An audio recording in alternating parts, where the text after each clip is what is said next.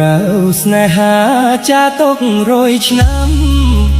កូនខ្មែរចងចាំនេះជាបណ្ដាំរឿងដ៏ខ្លោចផ្សាឈើកាត់បាភ្នំទាវយំផ្ដាំថាគុំអាងមេបាបងខំកូនស្រី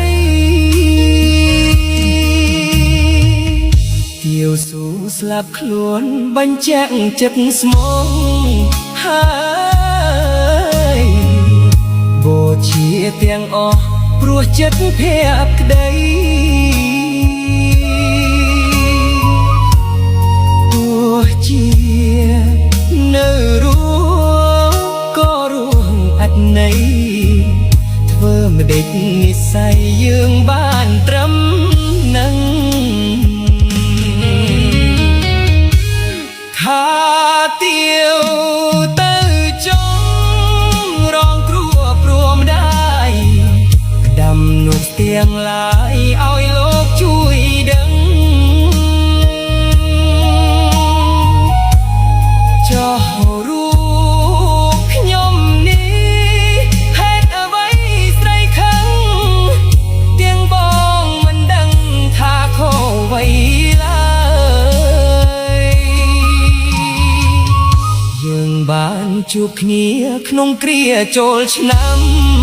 អូនអើយអូនបងតែងតែចាំចង់ជួបត្រានត្រើយខំផ្ដាំតាមខ្យល់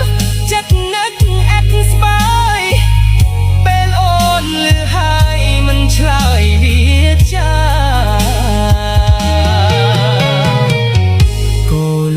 បងអើយអន់ចិត្តរឿងអ្វី